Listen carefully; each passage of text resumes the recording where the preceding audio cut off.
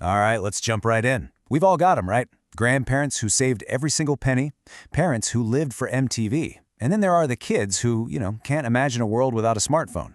So today, we're going to unpack every single one of these generations, figure out what really makes them tick. And really, this is the big question, isn't it? That gap, that feeling that you and your family are just on different planets sometimes. Well, it's usually not just about age. It's about the world that shaped them. Their history? That's the key. It's the secret decoder ring to understanding why they see things the way they do. So, to really get this, we've got to go back, way back, to a time of honestly just immense global turmoil. The first generations we're going to talk about, well, they weren't just born, they were forged. Forged in the fires of world wars, a global pandemic, and a catastrophic economic collapse. Just look at this timeline. I mean, it is relentless. There's almost no time to breathe between crises. You've got World War I starting in 1914, which flows right into the Spanish flu pandemic. Then, bam, the Great Depression hits in 29, and that leads directly into World War II in 39. Each one of these massive, world-changing events, just a few years apart, hammered out a totally distinct generation. Seriously, just let that number sink in for a second. 8.5 million. Killed. This wasn't just a war, it was a cataclysm, and it's what defined the lost generation. They were called lost for a reason, and it wasn't because they couldn't find their way home, it was because they grew up surrounded by just unimaginable trauma and death, feeling completely adrift in a world that had been absolutely shattered. And you can really see the difference in experience right here. On one side, you've got the greatest generation. These are the folks who faced those huge crises head-on. They fought the war, they survived the Depression. But then you have their younger siblings, the silent generation. They grew up in the shadow of it all. They didn't start the fire, but they were the ones who had to clean up the mess and rebuild everything. And that just baked in this sense of duty, frugality, and, well, a quiet determination. I mean, this quote just says it all, doesn't it? Back in my day, you've heard it before, for the silent generation, complaining was a luxury. They just couldn't afford it. So they learned to be resourceful, to work hard without anyone patting them on the back, and to just value the simple things. That's why they were called silent. They didn't talk about it. They just got on with it. Okay, so let's shift gears. After all that crisis, the world started to change. And fast. The next two generations we're looking at, they're like a bridge. They witnessed the absolute peak of the analog world, think white picket fences and rotary phones, but they also saw the very first sparks of the digital revolution. Yep, I'm talking about pagers. And here we are. Welcome to the world of the baby boomers. The war is over. The soldiers are home. The economy is absolutely booming and boom! A massive explosion of births. This generation grew up in a time of just wild optimism. We're talking suburban growth, rock and roll, and this incredible feeling that anything was possible. And because they had all that optimism, the boomers really truly believed they could change the world. And in a lot of ways, they did. They became the engine for all those huge social movements in the 60s and 70s, questioning authority, protesting wars, fighting for civil rights, basically challenging the very same status quo their parents had worked so hard to build. So, what happens after a generation of big dreaming idealists? Well, you get a generation of stone-cold pragmatists. Meet Generation X. They grew up totally differently. For many of them, both parents were working, which led to this new thing, the latchkey kid. And that experience, that independence from a really young age, is absolutely central to understanding Gen X. And this is what you get.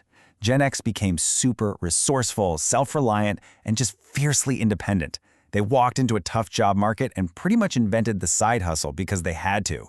They are the ultimate bridge generation. I mean, they're old enough to remember the joy of making a perfect mixtape on a cassette tape, but they're also young enough to completely master the internet and make killer memes.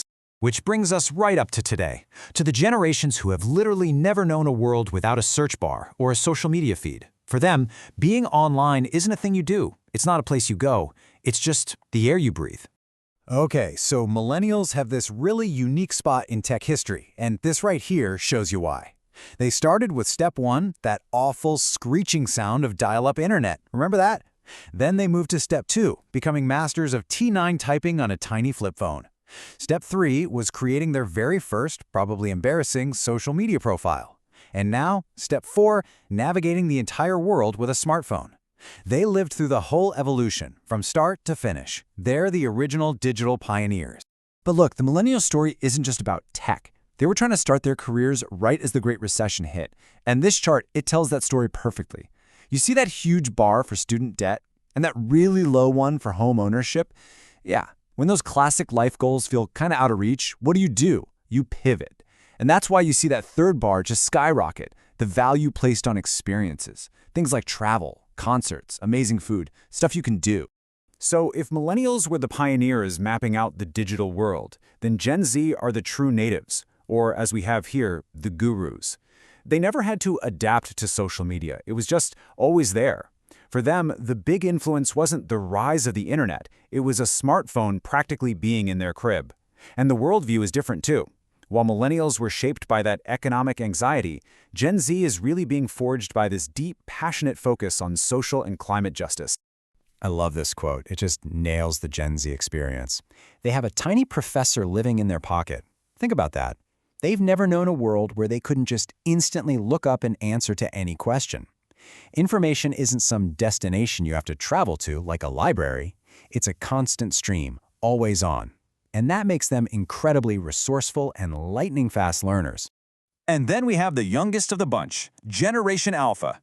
For them, they practically came out of the womb swiping and tapping. Technology isn't a tool for them. It's more like an extra limb, an extension of their own consciousness.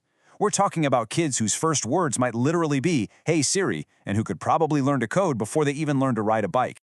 Okay, so we've seen how huge world events and leaps in technology have shaped every generation up to this point. But what comes next? If this insane pace of change just keeps accelerating, what kind of world will the next generation even be born into? Let's get a little speculative, have some fun, and just imagine. Okay, picture this, your morning commute. Forget gridlock traffic. What if it's a personalized jetpack, zipping you through a sky filled with holographic billboards? Rush hour could actually become the most exciting part of your day. And education? Forget studying for the test for weeks.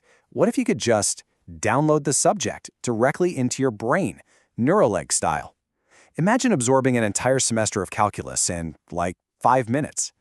And think bigger. Long-distance relationships are going to take on a whole new meaning when your partner literally lives on another planet. As we push out into space for this future generation, colonizing Mars might not be some sci-fi movie plot. It could just be where their cousins live. All right, so after that whirlwind tour, all the way from World War I to personalized jetpacks, what's the point? Why does any of this matter? Why is it so important to get a handle on these generational divides? Well, at the end of the day, this isn't about putting people into neat little boxes. It's about empathy. It's about seeing the big picture. Because each generation is like a reaction to the one that came before it. The boomers reacted to the quiet duty of their parents. Gen X reacted to the loud idealism of the boomers. When you understand their story, it helps you understand your own. And that's how we start to bridge these gaps. And that leaves us with one last thing to think about. Every single generation we've talked about has left its mark on history, for better or for worse. They built things, they tore things down, they innovated, they endured. So, the question is, what will be your generation's legacy? What story will they tell about you?